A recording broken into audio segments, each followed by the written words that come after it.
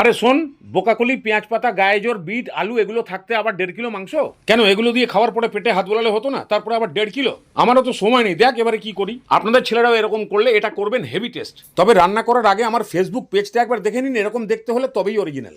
তাহলে ফার্স্ট আগে সবজিগুলোকে ডুমু ডুমু করে কেটে ফেলুন। এবার একটা তাগড়া মশলা, ধনে, জিরে, গোলমরিচ, শুকনো লঙ্কা, তেজপাতা, এলাচ, লবঙ্গ, দারচিনি একদম ছাতু বানিয়ে ফেলুন। এবার 1.5 কিলো মাংস আর এতগুলো সবজির জন্য প্রয়োজন মতো শ্বশুরের তেল, তার মধ্যে বেশ খানিকটা করে আদা রসুন পেস্ট, এবার হলুদ গুঁড়ো, সেই গুঁড়ো করা মশলাটা আর পরিমাণ মতো নুন দিয়ে ভালো করে এটাকে ঘেঁটে দিন। এবার 200 গ্রাম পেঁয়াজ কুচি আর সব সবজিগুলোকে দিয়ে একদম ভালো করে মাখিয়ে দিয়ে তারপরে মাংসটা দিয়ে দিন। এবার মাংসেরও লেগ, হ্যান্ড, বেলি, হিপ সব জায়গায় একদম সুন্দর করে মশলাটাকে লাগান। এবার আলমারি থেকে দুখানা অ্যালুমিনিয়ামের চাদর বার করে যোগ চিহ্নের মতন কড়াইতে সেট করে দিয়ে তারপরে সব ঢেলে দিন। চারিদিক দিয়ে বন্ধ করুন আর ছোট একটা অ্যালুমিনিয়ামের ফয়েল ওপরে দিয়ে ঢাকনা দিন। এইভাবে 7-8 মিনিট হাই ফ্লেমে আর 40 মিনিট লো ফ্লেমে রেখে দিলে একদম এই জিনিস পাবেন, মাখন। এইভাবে রান্না করলে কিন্তু একদম সুপার টেস্টি সবজি মাংস ঢুকে যাবে পেটে।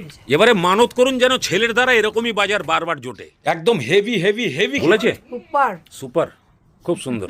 দিদি আপনারটা? খুব সুন্দর। নিন, ছিড়ুন ছিড়ুন, ছিঁড়ে ছিঁড়ে খান। সত্যি ভালো হয়েছে। এটা করবো তো আমি, এইটাই করবো। সুপার। ভালো হয়েছে।